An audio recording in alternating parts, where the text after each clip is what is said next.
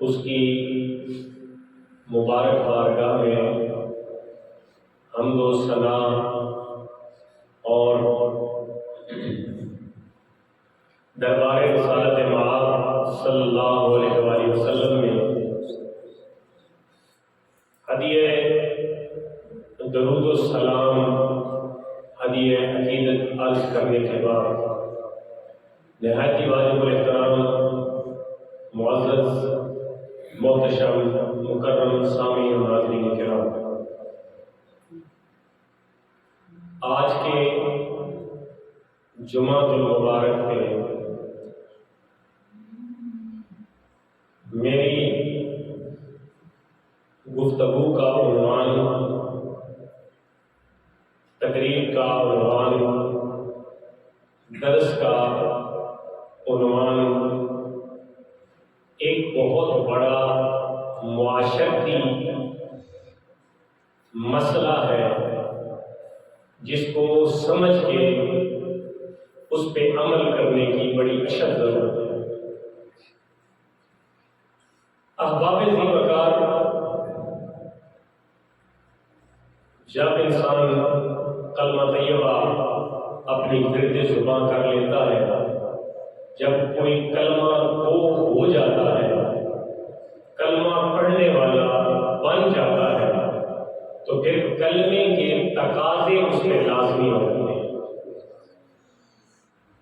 ایک اونٹ بغیر نکیل کے ہوتا ہے، اسے کہا جاتا ہے شتر بے مہار، بغیر مہار والا اونٹ، اور ایک ہوتا ہے اونٹ نکیل والا، مہار والا۔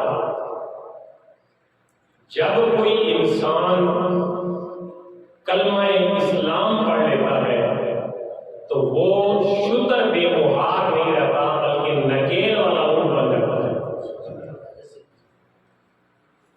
بغیر نکیل والے اونٹ کی مرضی جدھر آئے، جدھر چاہے جائے، اس کو کوئی روکنے والا، کیونکہ نکیل مہار ہی نہیں ہے، رسی نہیں ہے، اس کو پکڑا ہی نہیں جا سکتا۔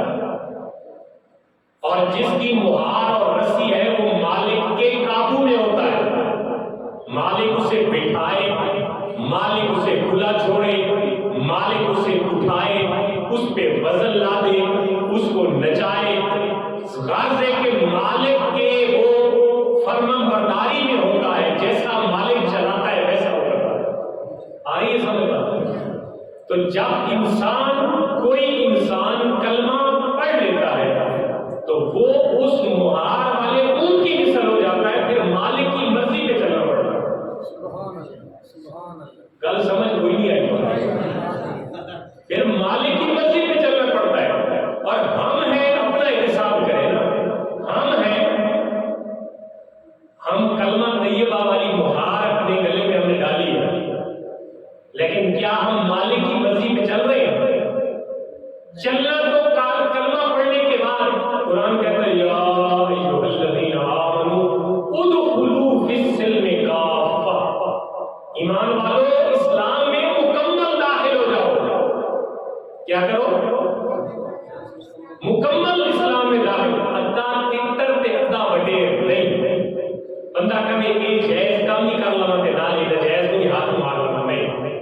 اسلام کہتے ہیں ادخلوا فی السلم کافہ، اسلام اگر اسلامی ہو نا، اسلامی ہو، مسلمان ہو، تو پھر مسلمان پورے بنو، ادھے مسلمان نہ بنو۔ آج کا جمعہ بھی بڑا سننے کے قابل ہے۔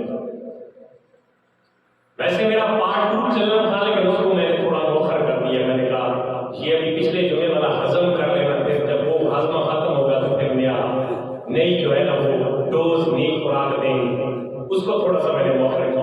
لیکن آج کا جمعہ ہر چھوٹے بڑے، امیر غریب، بالخصوص تاجر، تجارت کرنے والے، اس کے لیے بہت اہم ہے۔ میری آج کی جو تقریر کا عنوان ہے وہ ہے ناپ تول میں کمی کرنے کے نقصان اور پورا وزن کرنے کے فائدے۔ اچھا سچی ایمان دوستوں، کبھی جتنے مہنگے تو مہنگے علماء بلا کے تقریر کروانے، کبھی اس موضوع پہ کبھی تقریر ہوئی ہے؟ نہیں ہوئی۔ لیکن اس کو آپ نے بڑے غور سے سننا۔ ہمارا کام اپنی واہ واہ کروانا نہیں ہے، اللہ جانتا ہے، منبر رسول پہ بیٹھا ہوں۔ ہمارا کام لوگوں کی اصلاح کرنا ہے، اپنی بھی اصلاح کرنا ہے، اپنی بھی اصلاح کرنی ہے اور لوگوں کی بھی اصلاح کرنا ہے۔ اللہ تعالیٰ ہمیں عمل کی توفیق عطا فرمائے۔ قرآن مقدس میں جہاں پہ انسان کو زندگی کے باقی اصول انفرادی اور اجتماعی سکھائے، وہاں پہ معاملات بھی قرآن نے بتایا کہ کیسے چلانے ہیں۔ لین دین کے معاملات میں قرآن سکھاتا ہے کہ تم نے ایک دوسرے کے ساتھ لین دین کیسے کرنا ہے۔ فرمایا سورہ بنی اسرائیل کی آیت میں نے پڑھی، آیت نمبر 38، جا کے سورہ بنی اسرائیل کی آیت نمبر 38 کا مطالعہ کریں، قرآن کیا کہتا ہے۔ قرآن کہتا ہے کہنا اذا قلتم، جب تم کسی سے کوئی چیز لیتے ہو تو معاف کر لیتے ہو، یا دیتے ہو تو ناپ کر معاف کر دیتے ہو، اور وازنوا بالقسطاس المستقیم، اور وزن کرو صحیح سیدھے ترازو کے ساتھ، سیدھے ترازو کے ساتھ وزن کرو۔ ذالک خیر، یہ بہت بہتر ہے، وَأَحْسَنُ تَعْبِیرًا، اس کا انجام بھی بہت اچھا ہے۔ بہتر کا کیا مطلب ہے اور انجام کا کیا مطلب ہے؟ بہتر کا مطلب ہے دنیا میں اگر تم یہ کام کرو گے نا، ظاہر ہے اب جب بندے زیادہ آ جائیں گے تو میں اس کو کھول کے وضاحت کروں گا تاکہ سب تک پیغام پہنچ جائے۔ ظاہر دنیا میں اگر آپ کیلی اور مخزونی سسٹم کے ساتھ وابستہ ہے، آپ کوئی چیز لیتے ہیں یا دیتے ہیں ماپ کے، ناپ کے جس کو کہتے ہیں، ناپ کے یا تول کے دیتے لیتے ہیں، تو پھر آپ پہ ضروری ہے کہ اس کے مسئلے کو آپ کو سمجھ آنا چاہیے۔ ناپ تول کو پورا کرنے کا فائدہ اور ناپ تول پوری نہ کرنے کا نقصان، یہ میں کسی خاص بندے کی وجہ سے تقریر نہیں کر رہا ہوں، یہ ہمارا پوری ایک قومی، ایک پورا ملی مسئلہ ہے۔ اس میں دکاندار بھی شامل ہے، اس میں زمیندار بھی شامل ہے، اس میں ہر بندہ شامل ہے جو لین دین کرتا ہے۔ ظاہر ہے ہم ایسے معاشرے میں رہتے ہیں کہ ہمیں زندگی میں ضرور لین دین کرنا ہے، کبھی وزن کر کے کوئی چیز لینی ہے، کبھی وزن کر کے کوئی چیز لینی ہے، اور تقریباً ڈیلی بنیاد پہ۔ تو بالخصوص دکاندار حضرات، کاروباری حضرات، تاجر حضرات، جس قسم کا بھی پیشہ ہے اس میں پیمانہ ضرور ہے، ناپنے کا، تولنے کا پیمانہ ضرور ہے۔ اس پیمانے پہ قرآن کہتا ہے وَازِنُوا بِالْقِسْطَاسِ الْمُسْتَقِيمِ، جب تم تولنے والے ترازو کو سیدھا رکھو گے، تول کو صحیح کرو گے، تو ذَلِكَ خَيْرٌ، یہ تمہارے لیے بہتر ہے، وَأَحْسَنُ تَعْبِیرًا، اور قیامت کے دن اس کی اچھائی تمہیں نظر بھی آئے گی۔ اس سے دنیا میں عزت اعتماد بڑھتا ہے۔ مثال کے طور پر ایک دکاندار کے پاس ایک گاہک آتا ہے، کسٹمر آتا ہے، اور وہ کوئی چیز لیتا ہے تو دکاندار اسے پوری تول دیتا ہے، پوری، اور وہ اس کو دیکھ رہا ہوتا ہے کہ یہ کنڈے پہ، ترازو پہ پوری تول دے رہا ہے، تو دوسری دفعہ وہ آئے گا تو اس کا دل کرے گا میں اسی دکاندار کے پاس جاؤں جو وزن پورا دیتا ہے۔ تو اس سے لوگوں کے اندر اعتماد بڑھتا ہے۔ یہ تو لوگوں کے دل جیتنے کے لیے ہے، لیکن ایک اخروی فائدہ بھی ہے۔ اللہ قیامت کے دن فرمائے گا تجھے میری ڈیوٹی دی تھی، تیرا کاروبار تھا کہ تو لوگوں کو ناپ تول کے چیزیں دیتا، اور تو نے بڑا اچھا کاروبار کیا کہ تو لوگوں کو ناپ تول پوری کر کے دیتا رہا۔ آج تیرے لیے امان ہے، آج تیرے لیے آسانی ہے، آج تیرے لیے معافی۔ یہ کام بھی بڑا برکت والا کام ہے، یہ نہیں ہے کہ یہ کام چھوڑ دینا چاہیے۔ ہاں ڈنڈی نہ مارے تو بڑا چھوڑ دے، ڈنڈی اگر مارے تو پھر چھوڑ دے، ڈنڈی نہ مارے تو پھر نہ چھوڑ دے، لیکن ڈنڈی بجتی ہے زمین میں، مارتے ہیں، جان بوجھ کر بھی مارتے ہیں۔ اچھا یہ جو پرانے لوگ بیٹھے ہیں یہ ذرا آپ کو بتائیں گے کہ جب ان کے وقتوں میں یعنی آج سے 30 40 50 سال پہلے ہم تو سنتے ہیں نا بزرگوں سے، دانا لوگوں کی باتیں سننا کریں، ہمارے پاس وقت ہی نہیں ہے کہ ہم بزرگوں کے پاس بیٹھیں۔ اب یہ جوان جو بیٹھے نا ذرا یہ غور کریں کہ کب آپ اپنے والدین کو کتنا ٹائم دیتے ہیں، اپنے والدین کے پاس کتنا بیٹھتے ہیں، یا والدین سے کبھی آپ نے یہ کہا ہے کہ ہمیں پرانے وقتوں کی باتیں سنائیں؟ ان کے پرانے وقتوں کی باتوں میں حکمت ہوتی تھی، بہت اچھی اچھی باتیں ہم مل جاتی تھی۔ تو ہمیں بزرگ سناتے تھے کہ بیٹا جب ہم دکان پہ جاتے تھے نا کوئی چیز لینے کے لیے، تو دکاندار ہمیں پورا وزن دے کے ایک اوپر سے اضافی، جس کو اپنی زبان میں جھونگا کہتا ہے، جھونگا کہتے ہیں، وہ جھونگا بھی دیتے تھے، بیٹا یہ وزن پورا یہ اضافی بھی لے جائے۔ ایسا ہوتا تھا آپ کے دور میں ہوتا، لیکن اس ٹائم کے حالات کو آپ دیکھتے ہیں، آپ وہ جھونگا تو رہا اپنی جگہ، وہ تو نہ ملے تو ہے، اپنے اصل مال سے بھی ڈنڈی لگ جاتی ہے، جتنا معاوضہ دینا چاہیے تھا اس سے بھی ڈنڈی لگ جاتی ہے۔ تو یہ نقصان، اور اس کی میں حدیث سے وضاحت کروں گا، پہلے میں قرآن کی وضاحت کروں گا۔ سورہ بنی اسرائیل کی آیت نمبر 38 جا کے پڑھے قرآن میں کیا کہتا ہے۔ دوسری جگہ 30ویں پارے میں سورہ مطففین باقاعدہ نازل کی گئی، فرمایا وَيْلٌ لِّلْمُطَفِّفِينَ، یہ تو تھا نا جو بندہ وزن پورا کرتا ہے، ناپ تو پوری کرتا ہے، اس کا فائدہ یہ ہوا کہ دنیا میں اس کو عزت ملے گی اور آخرت میں اس کو معافی ملے گی۔ اس بندے کو جو وزن کیا کرتا ہے، بولے نا، پورا کرتا ہے، اس کو دنیا میں اعتماد عزت ملے گی اور آخرت میں اس کو معافی ملے گی۔ لیکن اگر پورا نہیں کرتا تو سورہ مطففین پڑھے، اللہ رب العزت نے ارشاد فرمایا وَيْلٌ لِّلْمُطَفِّفِينَ الَّذِينَ إِذَا اكْتَالُوا عَلَى النَّاسِ يَسْتَوْفُونَ وَإِذَا كَالُوهُمْ أَوْ وَزَنُوهُمْ يُخْسِرُونَ۔ وَيْلٌ خرابی ہے، بربادی ہے، لِلْمُطَفِّفِينَ ان لوگوں کے لیے جو ناپ تول میں کمی کرتے ہیں۔ اللہ، ناپ تول میں کیا کرتے ہیں؟ اور آگے وضاحت بھی بتائی مطففین کیا ہوتے ہیں، الذین اذا اکتالوا علی الناس یستوفون، جب لوگوں سے لیتے ہیں تو پورا پورا ناپتے ہیں۔ کوئی چیز دکاندار کو بیچتے ہیں، کوئی دکاندار چیز لیتا ہے لوگوں سے تو پورا پورا وزن لیتا ہے۔ قرآن اب اس سے کھول کے پڑھ لو کیا ہوتا ہے، وَإِذَا قَالُوهُمْ أَوْ وَزَنُوهُمْ يُخْسِرُونَ، لیکن جب وہی دیتا ہے، پہلے لیتا تھا یستوفون پورا، وَإِذَا قَالُوهُمْ أَوْ وَزَنُوهُمْ يُخْسِرُونَ، جب دیتا ہے تو پھر ڈنڈی مار جاتا ہے۔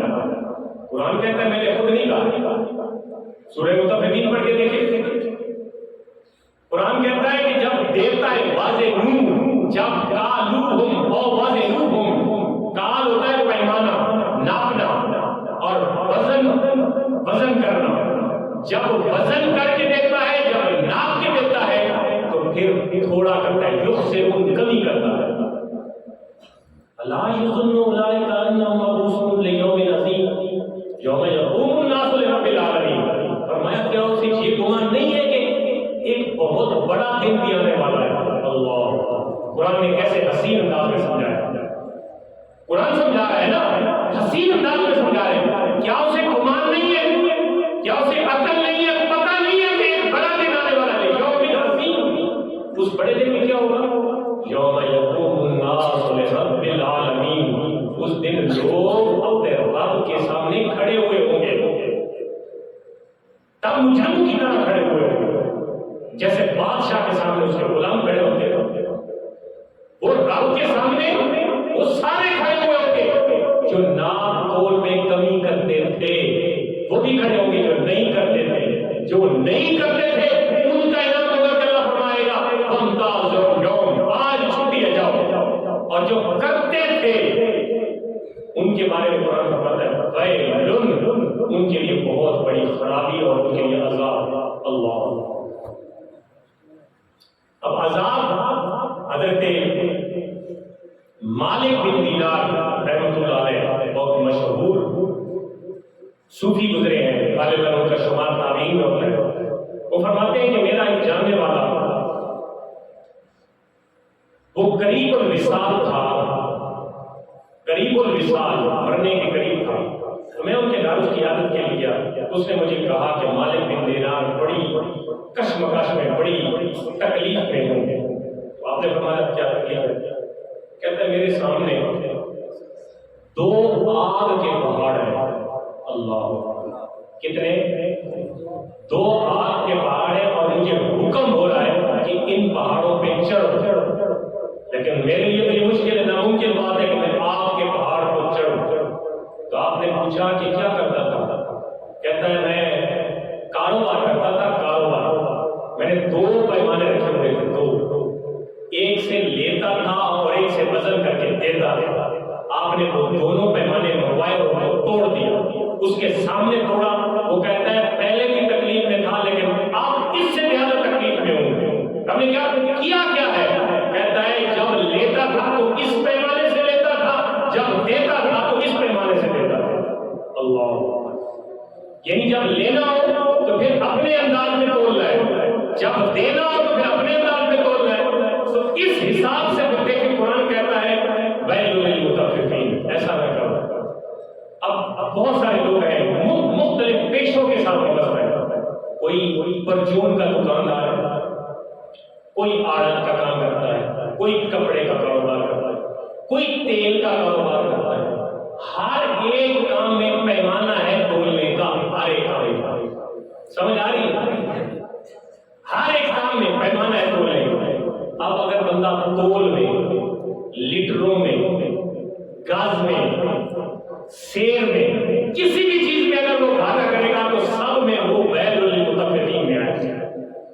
یہ نہیں ہے کہ جو بڑے سے بڑا پمپ والے اس کو اجازت ہے کہ وہ ملاوٹ کر لے، اور چھوٹے سے چھوٹے دکاندار کو اجازت نہیں ہے کہ وہ کم چیز دے. نہیں، اوور آل سب کے لیے مسئلہ ہے. جتنی پیمائش کے پیمانے ہیں جس کاروبار کے ساتھ بھی ہیں، پورا لو اور پورا دو. اچھا، یہ آڑت کا جو سلسلہ ہے نا، اس میں بڑی عجیب سی صورت ہے. میں نے اس بندے سے پوچھا، دوست ہے آپ کے سامنے پوچھا، میں نے کہا یار آپ لیتے 103 کلو، دیتے 100 کلو. کہتا ہے میں بھی جب شروع میں آیا تھا تو میں نے کہا یار یہ ہے تو ظلم، 103 لیتے ہیں اور 100 دیتے ہیں تو کیا کریں. میں نے مارکیٹ میں یہی مسئلہ اٹھایا. لوگوں نے کہا کہ اگر کاروبار کر رہے ہیں تو جیسے ہم کریں گے ویسے کریں. یعنی اس کا مقصد یہ ہے کہ گناہ کے متعلق باقاعدہ یونٹی قائم ہے کہ گناہ کرنا اتحاد کے ساتھ کرنا ہے. جو گناہ نہیں کرنا چاہتا اس سے گناہ کرواؤ اور ان کے متعلق سنیں. ابن ماجہ شریف کی حدیث ہے، حضرت عبداللہ بن عمر رضی اللہ تعالیٰ عنہ راوی ہے. آپ فرماتے ہیں رسول اللہ صلی اللہ علیہ وسلم نے فرمایا، آپ فرماتے ہیں کہ مجھے خدشہ ہے کہ تم 5 چیزوں میں مبتلا ہو جاؤ گے. مجھے خدشہ، تم کتنی چیزوں میں؟ 5 چیزوں میں مبتلا ہو جاؤ گے.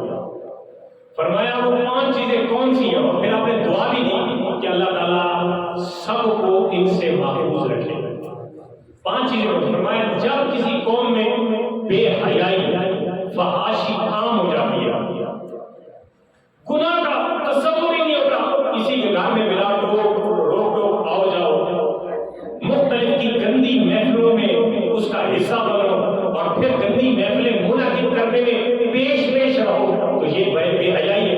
میں اگر کوئی قوم بے حیائی الان بے حیائی میں مبتلا ہو جائے تو میرے حضور نے فرمایا اس قوم پہ طاعون جیسی بیماری آ جاتی ہے، یا ایسی بیماری آتی ہے کہ پہلے اس کا نام ہی نہیں سنا. اب کرونا کیا بلا؟ سمجھ آ گئی بات؟ کرونا کیا بلا ہے؟ کبھی ہمارے باپ دادا نے اس کا نام سنا؟ فرمایا جب بے حیائی عام ہو جائے گی، طاعون ایک مشہور مرض سے گزری ہے، فرمایا اس جیسی مرض آئے گی، صفائی ہو جائے گی، اور علاقے کے علاقے صفائی ہو گئے. کرونا کس نے سنا؟ میں بے حیائی عام ہونے کی وجہ سے یہ عذاب آئے گا کہ کوئی بیماری ایسی آئے گی کہ عمومی طور پہ لوگ اس میں مبتلا ہو جائیں گے. دوسری فرمایا اگر لوگ وزن میں کمی بیشی کریں گے، لوگ تول میں کمی بیشی کریں گے، تو ان پہ طرح طرح کی مصیبتیں آسمان سے نازل ہوں گی، طرح طرح کی مصیبتیں نازل ہوں گی، اور ان کا رزق بے برکت ہو جائے گا۔ اللہ، کیا ہو جائے گا؟ رزق بے۔ اب کوئی بندہ 50 کما رہا ہے تو وہ بھی پیٹ رہا ہے، کوئی 1 لاکھ کما رہا ہے تو وہ بھی پیٹ رہا ہے۔ صحیح ہے؟ تو مطلب یہ ہے کہ جب بندہ اس نظریے پہ چل جائے کہ ناک تو ڈنڈی مار کے کمانا ہے، ڈنڈی مار کے، یہ آسان لفظ ہے ہر چیز پہ، ڈنڈی مار کے کمانا ہے، تو پھر اس میں برکت نہیں رہے گی اور آسمان سے مصیبتیں نازل ہوں گی۔ اب وہ مصیبتیں کس قسم کی ہیں؟ جس پہ آتی اسی کو پتہ ہے، مطلب ایک دماغ وہم و گمان میں بھی نہیں ہوتا کہ مصیبت اس طرح کی ہے۔ تیسری بات فرمایا، جب قوم زکات دینا بند کر دے، زکات دینا بند کر دے، جب زکات دینا بند کر دے گی تو 2 کام ہوں گے، ایک قحط سالی آ جائے گی، بارشیں وقت پہ نہیں ہوں گی، بارشیں وقت پہ نہیں ہوں گی، قحط سالی کا، اور دوسرا ان کا بادشاہوں پہ ظلم کرے گا۔ یہ اللہ کے رسول نے فرمایا، ابن ماجہ شریف کی حدیث اٹھا کے دیکھ لیں، فرمایا اگر لوگ زکات نہیں دیں گے، لوگ زکات نہیں دیں گے، اب ہم اپنی زمین سے نکال لے کے آتے ہیں جن سے اس کو سارے کو غبن کر جاتا ہے، حالانکہ حق ہے عشر 10واں 20واں دینا ہے، پھر زکات سال کے بعد دینی ہے، یہ عشر اور 20 کا اپنا زکات کے مسائل کسی موقع پہ ذکر ہوں گے انشاءاللہ۔ یعنی آپ اندازہ لگائیں کہ اگر یہ ہم زمیندار ہیں تو زمین سے جو کچھ آیا وہ سارا ہی اپنے کھاتے ہیں، لیکن اس پہ تو اللہ کا حق تھا، کدھر گیا اس کو ہم دبا کے نہیں دیا۔ تو فرمایا جب کوئی قوم زکات دینا چھوڑ دیتی ہے 2 کام ہوتے ہیں، بے موسمی بارشیں ہوتی ہیں یا آتی نہیں ہے، اور بارشیں کیوں؟ بارشیں نازل ہونے کا ایک خاص وجہ ہے، فرمایا جو قوم زکات نہیں دیتی ہے ان پہ تو 1 قطرہ ہی نازل نہ ہوتا، لیکن وجہ یہ ہے کہ انسانوں اور جنوں کے علاوہ جو زمین پہ مخلوق ہے نا چوپاؤں کی، اگر یہ نہ ہوتے تو 1 قطرہ بھی آسمان سے نیچے نہ ہوتا۔ اللہ، انسانوں کا تو حال یہ ہے، یعنی 99% لوگ اس چیز کی توجہ ہی نہیں دیتے کہ یار میں نے عشر دینا ہے، 20واں دینا ہے، زکات دینی ہے، توجہ ہی کوئی نہیں۔ تو فرمایا اگر یہ چوپائے جانور نہ ہوتے نا مخلوق انسانوں اور جنوں کے علاوہ، فرمایا یہ مخلوق نہ ہوتی تو آسمان سے 1 قطرہ بھی بارش کا نازل نہ ہوتا، ان کی وجہ سے جو نازل ہوتی ہے حقیقت یہ۔ اور موت کے بارے میں بھی حدیث پاک ہے کہ جتنا علم موت کا انسان کو ہے، اگر اتنا علم کسی جانور کو ہو جاتا تو وہ سوچ کے مر جاتا، وہ کبھی بھی موٹا نہ ہوتا۔ ہمیں تو علم ہے نا موت آنی، ایسا ہے نا، یا کسی نے پرمٹ لیا ہوا ہے کہ نہیں مرنا، کام تو ہم ایسے کرتے ہیں کہ ہمیں نہیں مرنا، کام ہم ایسے کر رہے ہیں کہ ہم نے نہیں مرنا، لیکن مرنا ہے۔ کل نفس ذائقۃ الموت، فرمایا اگر اس کا علم جانوروں کو ہوتا تو وہ کبھی بھی موٹے تازے نہ ہوتے، وہ سوچ کے مر جاتے، لیکن انسان کو علم ہے، اسے کچھ ہی نہیں، جو ہی نہیں تھی اس کے کان میں، اس کو کچھ بھی نہیں۔ تو یہ جانوروں کا صدقہ ہے، یہ جانوروں کا صدقہ ہے جو ہمارے قانون زکات اور عشر کے حوالے سے ہے نا، تو بارش آتی نہ، لیکن یہ جانوروں کے صدقے بارش نازل ہوتی ہے، یا کچھ اللہ کے ایسے بنتے ہیں جن کی وجہ سے۔ چوتھی چیز فرمایا جب اللہ اور اس کے رسول سے وعدہ توڑتے ہیں بندے، اللہ اور اس کے رسول سے وعدہ توڑتے ہیں، مثال کے طور پر ایک بندہ گناہ کرتا ہے اور آ کے معافی مانگتا ہے کہ یا اللہ مجھے معاف کر دے، میں ایسا گناہ نہیں کروں۔ ہماری یہ عادت ہے کہ ہم یا اللہ توبہ پھر جا کے اسی یہ ہماری توبہ ہے۔ میں جب اللہ اور اس کے رسول سے کوئی وعدہ توڑتا ہے تو اس کے متعلق سنیے، حدیث پاک میں آتا ہے کہ اللہ تعالیٰ غیروں میں سے ان کے اوپر کوئی ایسا بندہ مسلط کر دیتا ہے جو ان پہ ظلم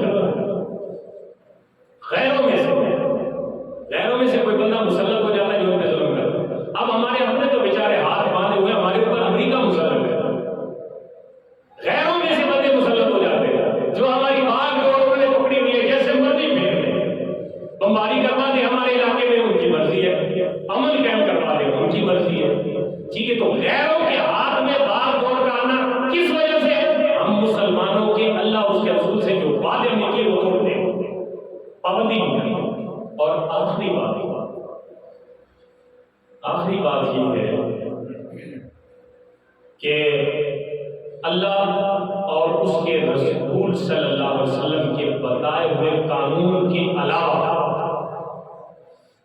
اللہ اور اس کے رسول کے قانون کے علاوہ اگر ملک کوئی اور قانون لاگو کرے تو اس ملک کے باسی ہمیشہ تکلیف میں رہے گا۔ یہ ہمیں ایسے لگتا ہے کہ یہ جو یورپ ہے اور بڑے بڑے ممالک ہیں ان میں کچھ بھی نہیں ہوتا، ان کی ریشو، ان کی ریسرچ نکال کے دیکھیں، یعنی انسانی درندگی ان کے علاقوں میں جا کے دیکھیں، رپورٹ نہیں ہوتی، ہمیں تو اپنے ملک کا پتا ہے، دوسرے ملکوں میں ہم جا کے دیکھیں تو سکون ادھر بھی نہیں ہے۔ یہ نہیں ہے کہ وہاں پہ سب کوئی سکون ادھر ہی نہیں ہے، لیکن ایک ہے کہ رول آف لا ہے، وہاں پہ قانون ہے۔ کوئی بندہ اگر غیر قانونی کام کرتا ہے تو اسے پتا ہے کہ میں نے فلاں سزا کو بھگتنا ہے، اس لیے وہ کچھ غلط کرنے سے ڈرتا ہے۔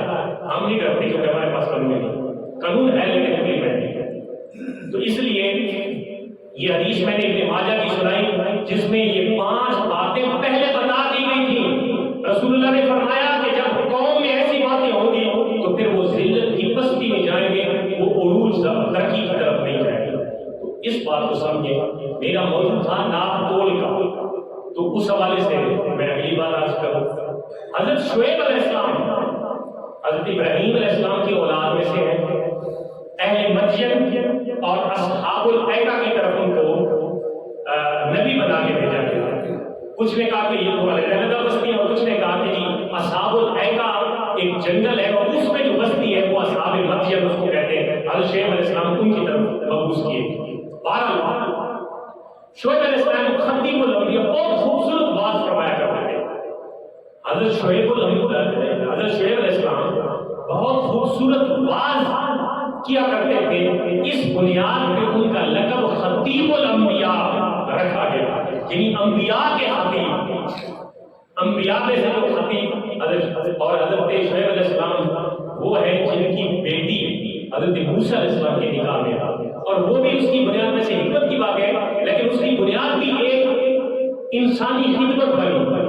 جو ہم انسانی خدمت کو ترجیح نہیں دیتے نا، جب شعیب علیہ السلام کا بیٹا نہیں تھا، بیٹیاں تھی، وہ بکریاں لے کے آئی ایک مطلب حوض پہ پانی کے لیے، تو وہاں پہ مرد پانی پلا رہے تھے، وہ اپنی بکریوں کو پیچھے روک کے کھڑی ہو گئی کہ ہم عورتیں اور یہ مرد ہیں، پہلے ان کو پلا رہے تھے۔ ادھر سے موسیٰ علیہ السلام وہاں نکلے، انہوں نے پوچھا کہ تم کیوں ادھر کھڑی ہوئی ہو؟ انہوں نے کہا جی پہلے مرد پلا رہے، تو آپ نے فرمایا تم ادھر کھڑی ہو، بکریاں مجھے دو، میں پلا کے آپ کو واپس کرتا ہوں۔ جب بکریاں پلا کے، دیکھو نا حکمت ہے، جذبہ ہے، یہ تو نہیں پتا کہ یہ نبی کی بیٹی ہے۔ جب یہ حکمت کر کے وہ بکریاں واپس کی، وہ جب گھر گئی تو ابا جان کو بتایا کہ ابا جان ایک نیک سیرت مسلمان تھے، انہوں نے ہماری اس طرح کی خدمت کی، تو انہوں نے پیغام بھیجا کہ ان کو بلا کے میری طرف لے۔ جب ان کو بلایا گیا تو حضرت شعیب علیہ السلام نے اپنا تعارف کروایا اور فرمایا کہ میں آپ کو جنت میں رکھنا چاہتا ہوں۔ آپ نے فرمایا ٹھیک ہے میں رہنا چاہتا ہوں۔ 7 سال حضرت موسیٰ علیہ السلام نے حضرت شعیب کی بکریاں چرائی اور ان کی خدمت کی۔ 7 سال کے بعد حضرت شعیب نے اپنی بیٹی کا نکاح ان کو دیا اور وہ اپنی اہلیہ سمیت چلے گئے، رستے میں ان کو جا کے نبوت عطا ہوئی۔ ایک اور الگ ٹاپک ہے۔ حضرت شعیب علیہ السلام کی قوم، ان پہ عذاب کیوں آیا؟ پڑھا ہے کبھی؟ پڑھتے نہیں ہیں آپ، قرآن پڑھے، باقی کچھ بھی نہ پڑھے، قرآن تو پڑھے، ان پہ تو لکھا ہوا ہے۔ سورہ شعراء پڑھے، سورہ شعراء قرآن کی، سورہ شعراء کی 20 آیات ہے جس میں اللہ رب العزت نے یہ پیغام دیا کہ شعیب علیہ السلام کی قوم جو ہے نا، ایک تو کچھ لوگ مشرک تھے، ان کو تبلیغ دین کی، اللہ کی ایک ہونے کی طرف پیغام دیا، اور کچھ لوگ ناپ تول کی کمی میں مبتلا تھے۔ تو آپ علیہ السلام کو بتاتے ہیں کہ یار غزل لوگ پورا تو بھی پورا، وہ کہتے ہیں آپ کون ہوتے ہیں ہماری مرضی سے ایک ترازو سے وہ لیتے تھے اور علیحدہ ترازو رکھا تھا اس سے دیتے تھے، ڈنڈی مار کے دیتے تھے، تو آپ ان کو منع فرماتے۔ جب آپ نے زیادہ اشارہ کیا نا بھئی یہ ناپ تول یار پورا دیا کرو، انہوں نے کہا جی آپ جو مرضی کر لیں، آپ ایک اللہ کے جو ماننے والے ہیں تو اس کو کہو کوئی ٹکڑا ہمیں ہمارے اوپر بھیج کے ہمیں برباد کیوں نہیں کر دیتا؟ اللہ کے عذاب کو دعوت دی۔ اب ہوا یوں کہ بات تو نہیں مانی، اللہ نے ایک جہنم کی حدیث پاک میں ہے کہ جہنم کی کھڑکی کا رخ ان کی بستی کی طرف کر دیا۔ اس جہنم کی کھڑکی سے اتنی تپش، اتنی لو آئی کہ وہ لوگ اپنے جسم کے اوپر پانی ڈالتے پھر بھی انہیں سکون نہیں آتا۔ اللہ تعالیٰ نے ایک بدلی کو بھیجا، جب بدلی آئی تو انہوں نے دیکھا اب بارش آئے گی تو سکون آ جائے گا۔ سارے لوگ اس سائبان اس بدلی کے نیچے اکٹھے ہو گئے. جب کوئی بھی نہ بچا نہ نافرمان سارے اکٹھے ہو گئے تو اس بدلی سے آگ نیچے برسی اور ساری کی ساری قوم پوری جھلس کر ہلاک ہو گئی. اللہ پوری قوم جھلس کر. اور پیچھے بنیادی وجہ کیا ہے؟ بولے ناپ تول میں کمی، دینا تو پورا نہ دینا، لینا تو پورا لینا. یہ اس قوم میں بھی یہ بیماری ہے. پھر میں کہتا ہوں کوئی کپڑے کا کاروبار کر رہا ہے تو وہ سوچے کہ گاہ میں ڈنڈی نہ مارے. کوئی کریانے کے اس میں بیٹھا ہوا ہے تو اس بنیاد میں آج کل تو چونکہ ڈیجیٹل کنڈے آ گئے، ڈیجیٹل تولنے کے ترازو، تو عام جٹ کو تو پتہ ہی نہیں چلتا کہ ہے کیا. تو ساری بنیاد بیچنے والے پہ ہے، پیمانے کو سیٹ کرنے والے کی ساری بنیاد ہے. تھوڑا دے گا اس کی مرضی، پورا دے گا اس کی مرضی. لیکن یہ ضرور سوچے کہ ادھر اگر ڈنڈی مارے گا تو وہاں پہ تو پورا حساب لکھا جاتا ہے. دینے والا تو اپنے پیسے دے کے آپ کو معاوضہ دے کے چلا جاتا ہے، اس کو تو پتہ ہی نہیں چلتا کہ آپ نے کیا کھولا ہے کیا نہیں کھولا. یہ ہر کاروبار میں اسی طرح تول کے دے رہے ہیں، تول کے دے رہے ہیں تو وزن میں کبھی بھی کمی بیشی نہ کرے، پیمانے میں کبھی بھی کمی بیشی نہ کرے. یہ قرآن کا درس ہے. قرآن کا میں نے جتنی باتیں کی ہیں یا تو قرآن سے آپ کو ریفرنس دیا ہے، سورہ شعراء پڑھیں، سورہ مطففین پڑھیں، سورہ بنی اسرائیل پڑھیں.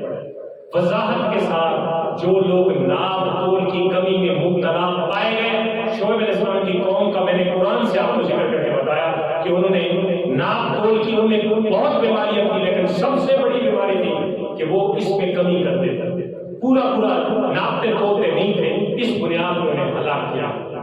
تو ہماری جہاں پہ بہت ساری اور کمزوریاں ہیں، بہت ساری ہمارے اندر اور برائیاں ہیں، وہاں پہ تول میں کمی بیشی اور پیمانہ پورا نہ کرنا، یہ کمی بیشی بھی ہمارے اندر ہے.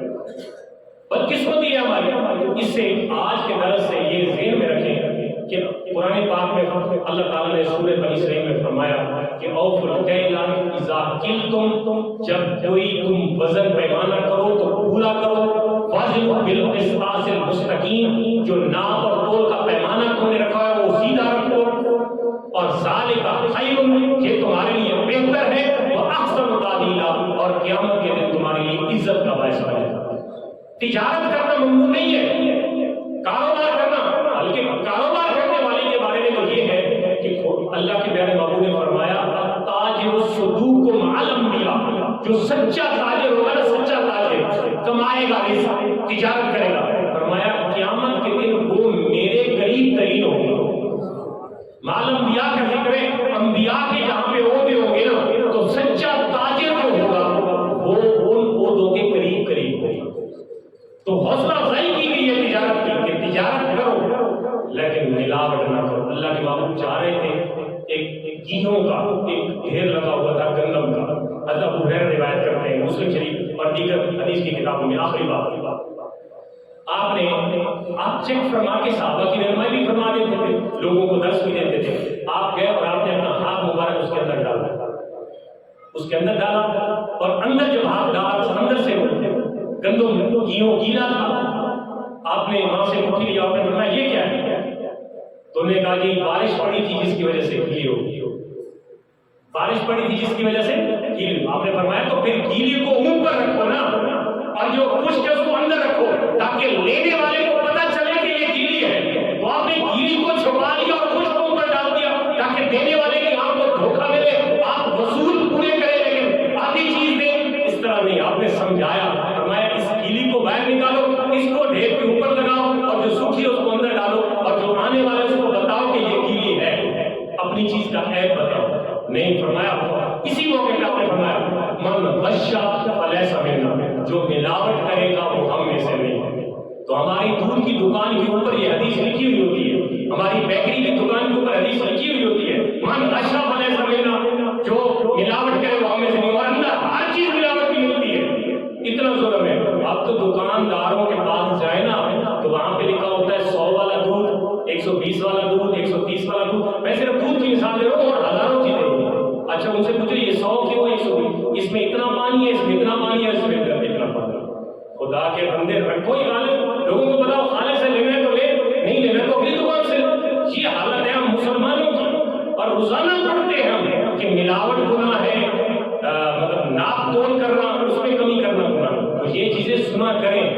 پھر اس پہ عمل کرنا